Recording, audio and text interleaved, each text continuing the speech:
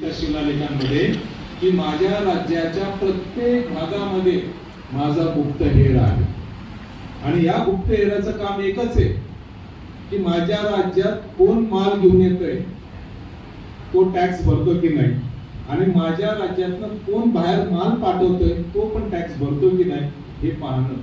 दुसरं, माझे अधिकारी लोकांना त्रास देतात का हे तो पाहण्यासाठी गुप्तहेर ठेवले होते.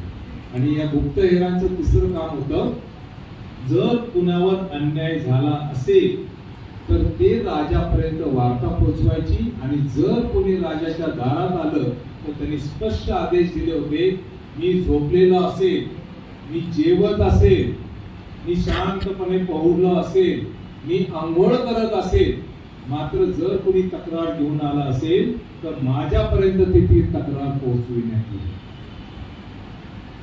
थोडं प्रशासकीय. आणि इथल्या इतिहासकारांना आम्हाला काय सांगितलं, सम्राट अशोकाने तलवार मॅन केली आणि या देशामध्ये परकीय अतिक्रमण झाले. किती मूर्खपणा आहे. इतिहास असं आपल्याला सांगतं की सम्राट अशोकाने तलवार मॅन केल्यानंतर 28 वर्ष राज्य केलं. या 28 वर्षामध्ये कुणीही शेजारच्या राष्ट्रातलं कुणीही मगध साम्राज्यावर आक्रमण केलं नाही. एवढंच नव्हे तर सम्राट अशोकाचं महापरिनिर्वाण झाल्यानंतर त्याच्यानंतर 35 वर्ष मगध साम्राज्य अबाधित होतं. आणि ज्यावेळेस बृहद्रथ हा शेवटचा मगध राजा होता, ज्याला शुंगानं मारलं, कपटानं मारलं, तोपर्यंत मगध साम्राज्यावर इतर कुठल्याही राजानं कधीही आक्रमण केलं नाही. म्हणजे अशोकाचं निधन झाल्यानंतर देखील 35 वर्ष मगधावर कोणी वाकड्या नजरेनं पाहिलं नाही. विचार करा त्याचा दबदबा काय असेल. हा इतिहास आहे. हा इतिहास आम्हाला सांगितला जात नाही. आणि हे आम्ही समजून घेतलं पाहिजे की बुद्ध विचारधारा नेमकी माणसाला कशी सशक्त करते, कशी कुशल चित्त निर्माण करते. कारण बुद्धांचा हेच विचार आहे. जर तुम्ही पाहिले तर बुद्ध काय म्हणतात, बुद्धांची एक व्याख्या केली जाते, बुद्ध हे दुःखवादी आहे. कारण बुद्धांनी फक्त दुःखाचं निदान केलेलं आहे. बुद्ध म्हणाले दुःख आर्य सत्य. मग बुद्ध हे दुःखवादी झाले. पण हे ते सांगत नाहीये की बुद्ध हे दुःखवादी दुःखाचं कारण मीमांसा सांगत असतात किंवा दुःखाची व्याख्या करत असताना दुःखाचं कारणही सांगतात आणि ते दुःख निवारण्याचा मार्गही सांगतात. बुद्धांनी काय सुंदर सांगितलं, दुःख कशामुळे होते, दुःख कशामुळे होतं, कुणी सांगेल?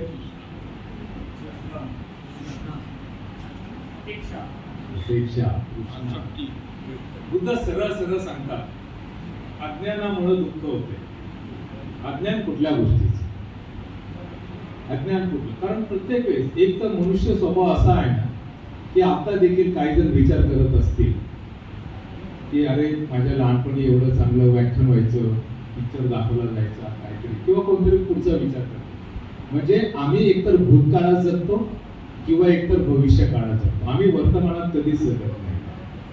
तुम्ही घरी जरी असाल, तुमच्या मनामध्ये जो विचार येतो किंवा बाहेर असाल विचार येतो, तुमच्या मनामध्ये विचार कधीच वर्तमानाचे येतच नाही.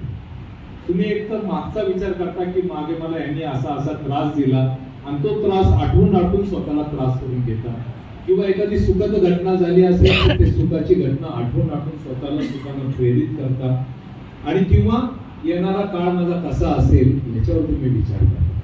बुद्ध म्हणतात ज्या ज्या वेळेस तुम्ही असं वेगळा विचार करायला सुरुवात करता त्यावेळेस नकळतपणे तुम्ही वर्तमानामध्ये जगत नाही, आणि वर्तमानामध्ये न जगल्यामुळे तुमच्या मनामध्ये ताण तणावाला सुरुवात. दुसरं उदाहरण देताना बुद्ध म्हणतात, एक तर आम्ही प्रचंड अपेक्षा करतो, म्हणजे बायको नवऱ्याकडनं अपेक्षा करते, नवरा बायकोकडनं अपेक्षा करतो, आई वडील मुलांकडनं अपेक्षा करतात, मुलं वडिलांकडनं अपेक्षा करतात, आई वडिलांकडनं. आणि ज्या ज्या वेळेस आपण अपेक्षा करतो आणि जर त्या अपेक्षेची पूर्ती नाही झाली तर आपल्याला प्रचंड होते. आणि जर एखाद्याबद्दल आपल्या मनात राग असेल, प्रचंड द्वेष असेल, तरी आपल्याला दुःख.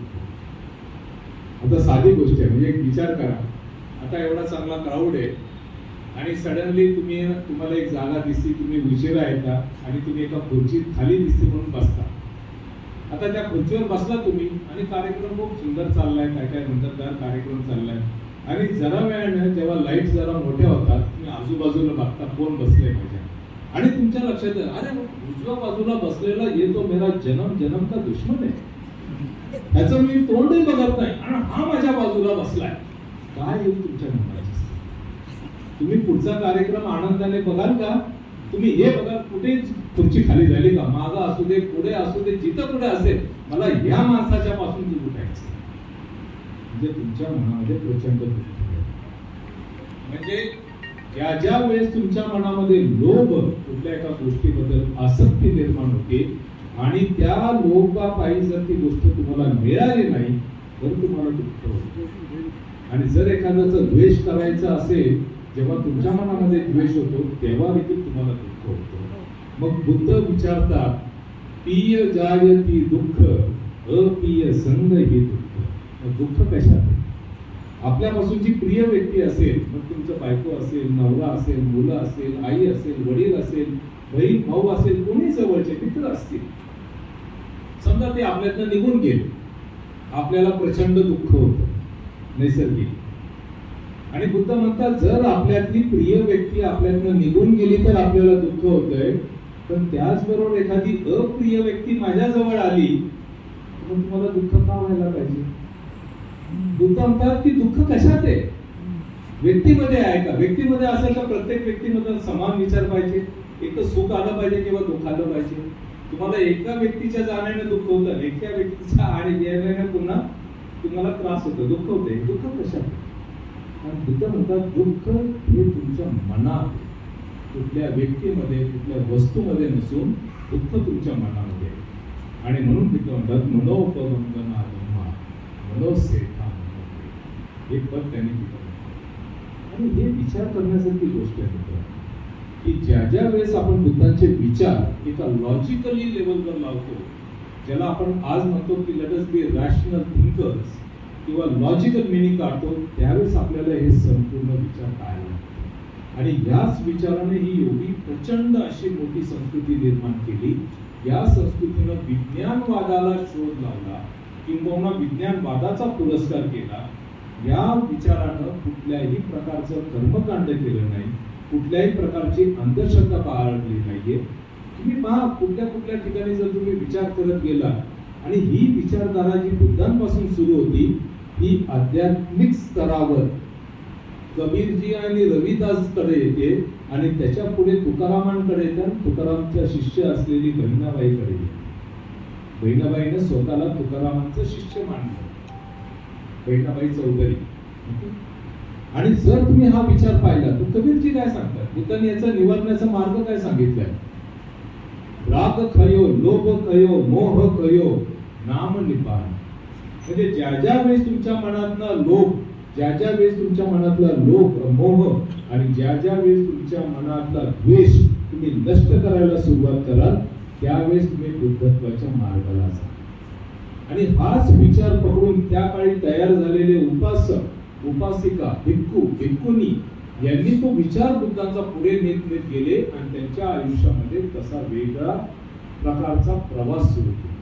हा प्रवास मानवतावादी प्रवास होता, हा प्रवास मनुष्य कल्याणाचा विचार होता. आणि बुद्ध म्हणतात ज्यावेळेस तुम्ही तुमच्या स्वतःच्या कल्याणाचा विचार कराल, ज्यावेळेस तुम्ही इतरांच्या कल्याणाचा विचार कराल, त्यावेळेस तुम्ही एक सशक्त असा समाज निर्माण करायला सुरुवात करा. त्यावेळेस बुद्ध म्हणतात की ज्यावेळेस व्यक्ती स्वतः कल्याण करतो, इतरांबद्दल मंगल चिंतितो, नकळतपणे त्याचे जे संपूर्ण विचार आहेत आता समाज घेतो, समाजातनं ते नगर विकसित होतात, नगरातनं राज्य आणि राज्यातनं देश विकसित होतो. त्यावेळेस खऱ्या अर्थानं देश हा एका विचारानं चालत असतो आणि तो प्रगती करत असतो. आणि सगळे पुरावे आपल्याला सांगतात की इसवी सन पूर्व 6व्या शतकानंतर बुद्धांनी दिलेली ही देशना नंतरच्या लोकांनी तंतोतंत फॉलो केली आणि जवळपास 12व्या शतकापर्यंत बुद्ध विचारानं या देशाला 1 नंबर स्थानावर पोहोचला. त्यावेळेस खऱ्या अर्थानं भारत हा विश्वगुरु होता. त्याच्याकडे सगळ्या जगाचं लक्ष. आणि हे जे विचार होते हे कल्याणाचे विचार होते, मनुष्य कल्याणाचे विचार. कारण बुद्धांची प्रार्थनाच आहे ती, सब्बे सत्ता सुखी होंतु, सब्बे होंतु चके म्हणू, सब्बे बद्धानी पसंती, माखांची दुःख मागे. बुद्धांची प्रार्थना होती की माझ्या वाटेला आलेलं सुख, म्हणजे ते सर्वात आधी म्हणतात या जगातले सर्व जीव प्राणी सगळे सुखी होऊ दे, माझ्या वाटेला आलेलं सुख हे सर्वांना जाऊ दे, आणि सर्वांच्या वाटेला आलेलं दुःख हे माझ्या वाटेला.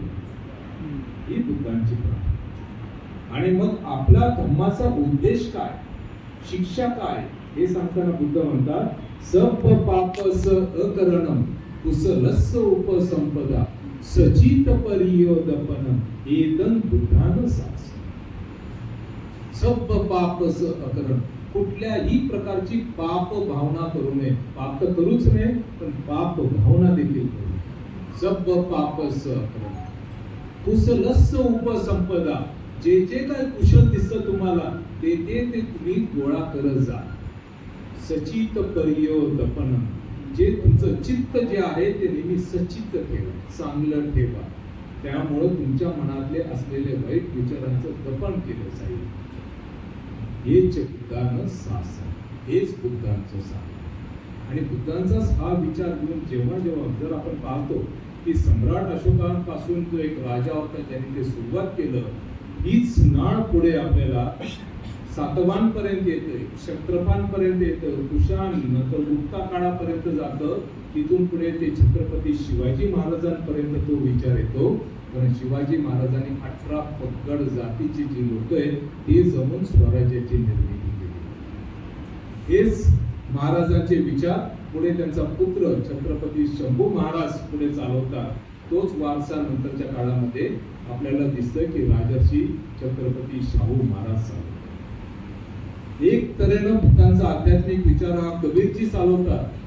जेव्हा बुद्धांनी निब्बाणाची भूमिका मांडली होती, कबीर तेच आपल्या भाषेमध्ये सांगतात, मोको कहा ढूंढो रे बंदे मैं तो तेरे पास में, ना मैं बेड़े ना मैं कतरी ना छुरी गंडास में, ना मैं रहूं कौन से शहर में मेरी पूरी मवास में, कहे कबीर सुन भाई साधो सब सांसों की सांस. बुद्धांनी विपश्यनेचा मार्ग जो सांगितला श्वासावर खरा, तोच कबीरजी आपल्या दोह्यातनं सांगतात. तोच रहिदास आपल्याला त्यांच्या वेगळ्या दोह्यांमधनं सांगतात. तेच तुकाराम महाराज आपल्याला सांगतात. आणि पुढे नंतर बहिणाबाई चौधरी म्हणते, एक सासा आला आणि एक सास गेला, जीवा कसं रे तुझं तंत्र, जगण्या मरण्याचं तंत्र, एक श्वासाचं अंतर. म्हणजे एक श्वास आला एक श्वास गेला, हे जीवनाचं कसं तुझं तंत्र आहे, तुम्ही थांबू शकत नाही श्वास. जरा विचार करा, श्वास थांबून काय होतं, तुम्ही थांबू शकत नाही. It's a natural process. जोपर्यंत तुम्ही श्वास घेता तोपर्यंत तुम्ही जीवन, ज्या दिवशी तुम्ही श्वास बंद केला त्या दिवशी तुमचं मरण. साधं सोपं गणित. हे श्वास इतकं महत्वाचं आहे, जो बुद्धांनी त्या काळामध्ये सांगितला होता 2500 वर्ष. तो विपश्यनाचा मार्ग किंवा तुमचं स्वत्व शोधण्याचा मार्ग. हा विचार मित्रांनो, हा बुद्धांनी केला. याच बुद्धांच्या विचारधारेतनं कबीर, रहिदास आणि हे सगळे लोक तयार झाली. याच बुद्धांच्या समाजवादी समतावादी शिक्षणाचं संपूर्ण सार घेत अशोकाने आपले शिलालेख मांडले. लोकांमध्ये ते विचार पसरले. आणि हाच सम्राट अशोकांचा विचार घेऊन नंतरच्या काळामध्ये जर तुम्ही पाहिलं तर ज्योतिबा फुले घडले आणि त्यातूनच बाबासाहेब घडले. तुम्हाला एक कदाचित नवीन बातमी असेल, बहिणाबाई चौधरीने सगळ्यात पहिल्यांदा वज्रसूची या संस्कृत भाषेच्या ग्रंथाचं मराठी भाषांतर केलं. वज्रसूची हा आचार्य अश्वघोषांनी पहिल्या शतकामध्ये लिहिलेला ग्रंथ आहे, जो जाती प्रथेवर प्रचंड आसूड होतो. हा ग्रंथ लिहिला एक पहिल्या शतकामध्ये. आज त्या ग्रंथाला जवळपास 2000 वर्ष होत आहेत अजूनही, आणि त्याच्यावर ब्राह्मणांवर प्रचंड टीका आहे. ब्राह्मणाला जे स्वतःचं श्रेष्ठत्व आहे त्याची टीका केली त्या ग्रंथामध्ये. आणि ही टीका आजपर्यंत एकाही ब्राह्मण विद्वानानं त्याच्यावर पुस्तक लिहिलेलं नाही, त्या टीकेला उत्तर दिलेलं नाही. इतकी जबरदस्त छोट्याखानी पुस्तक आहे, 55 श्लोकांचं तो पुस्तक आहे. कधी जमलं तर वाचून काढा. तुमच्याच नागपूरमधल्या आदरणीय रूपाताई बोधी कुलकर्णी यांनी त्याचं मराठीमध्ये भाषांतर केलेलं आहे. तर मित्रांनो, हा बुद्ध विचार आपल्याला समता शिकवतो, विज्ञानवाद शिकवतो, अंधश्रद्धेला खतपाणी न घालायला शिकवतो, कुठल्याही प्रकारची फॉल्स भूमिका ही न घ्यायला शिकवतो. हे आम्ही लक्षात घेतलं पाहिजे. आणि त्यामुळं आजच्या भारतामध्ये जे आपल्याला जाती जातीमध्ये द्वेष देतं, जे आपल्याला धर्माधर्मामध्ये द्वेष देतं, याचं उत्तर आपल्याला बुद्ध विचारामध्ये. एक छोटंसं उदाहरण देतो. सम्राट अशोकाने आपल्या शिलालेखामध्ये लिहिलं की माझ्या राज्यामध्ये अनेक प्रकारचे पंथ आहेत. प्रत्येक पंथ सांगते की माझे विचार श्रेष्ठ आहेत. मी असं आदेश देतो, कुठल्याही पंथानं मी श्रेष्ठ आहे असं सांगू नये. आपण एकमेकांच्या पंथाचे विचार समजून घ्या. जे चांगले विचार असतील ते आत्मसात करा. तुमच्या धर्माचे चांगले विचार इतरांना सांगा आणि सगळेजण एकमेकांना बंधुभावाप्रमाणे वागा. हा सम्राट अशोक इसवी सन पूर्व 3ऱ्या शतकामध्ये हा शिलालेख. आमच्या देशानं हा शिलालेख वाचला असता तर आज देशामध्ये धर्माधर्मामध्ये आणि जाती जातीमध्ये भांडण लागलेली असते. हे समजून हाच तो बुद्ध विचार आहे जो आजच्या काळामध्ये तितकाच गरजेचा आहे. आज भारताची स्थिती आंतरराष्ट्रीय स्तरावर अतिशय खालवलेली आहे. प्रशासकीय लेवलवर आंतरराष्ट्रीय, ज्याला आपण म्हणतो डिप्लोमॅटिक रिलेशन म्हणा, आंतरराष्ट्रीय बाजारपेठेमधलं किंवा रुपयाचं अवमूल्यन आज भारताच्या इतिहासामधला सगळ्यात लो लेवलचं झालेलं आहे. कुठल्याच लेवलवर आम्ही पॉझिटिव्हली बोलू शकत नाहीये. त्यावेळेस आपल्याला बुद्ध विचारांची गरज आणि बुद्ध विचारांनीच आपला देश हा पुन्हा एकदा विश्वगुरु होऊ शकतो हे लक्षात घ्या. कारण आपल्याकडे इतिहास, आपल्याकडे त्याचं उदाहरण आहे की भारत देश हा बुद्धांच्या विचारांमुळेच विश्वगुरु झाला होता. जगामध्ये अतिशय एक नंबरचा देश होता आणि त्या काळातला सोनेची हे आम्ही समजू. ज्या दिवशी मित्रांनो तुम्ही स्वतःला जेव्हा बौद्ध अनुयायी म्हणू शकता, ज्यावेळेस तुम्हाला या बौद्ध संस्कृतीवर प्रचंड अभिमान वाटेल आणि बुद्ध विचारावरच तुम्ही आमची वाटचाल सुरू करा, त्या दिवशी खऱ्या अर्थानं आपण स्वतःला बौद्ध अनुयायी किंवा बाबासाहेबांचे अनुयायी म्हणायला सुरुवात केली. मला आज खूप प्रेमानं, आदरानं नागपूर जर्नलिस्ट असोसिएशन आणि नागपूर बुद्धिस्ट असोसिएशन बोलवलंय. या दोघांच्या प्रती मी माझ्या आदर भावना व्यक्त करतो आणि आपण सर्वांनी शांत चित्ताने माझे विचार ऐकले त्याबद्दल मी आपल्या सर्वांना मनपूर्वक धन्यवाद देतो आणि माझे विचार इथेच थांबवतो. सर्वांना सविनय जय भीम, जय भारत.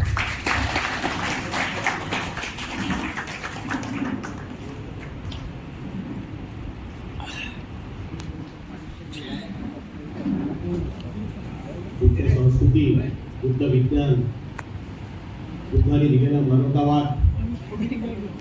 माझ्या दृष्टिकोनातून 2500 वर्षांपूर्वी बुद्धांचा जन्म झाला.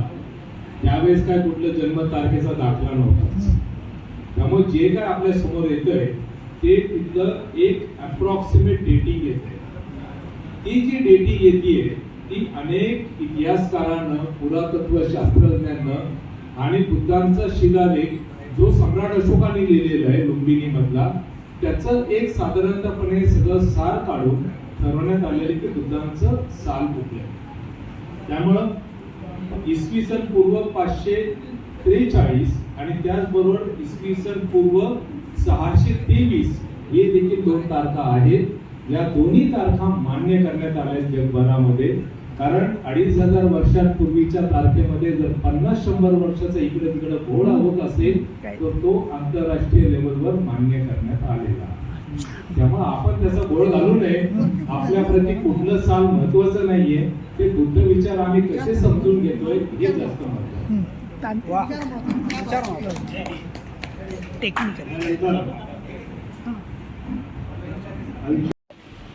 नागपूर जन्मदिन वतीने हा छान पहिला कार्यक्रम छान झाला असं मला वाटतंय आणि आपण इथे मोठ्या संख्येने उपस्थित झाला त्याबद्दल आम्ही आभार व्यक्त करतो. कार्यक्रम संपला असू द्यायचा.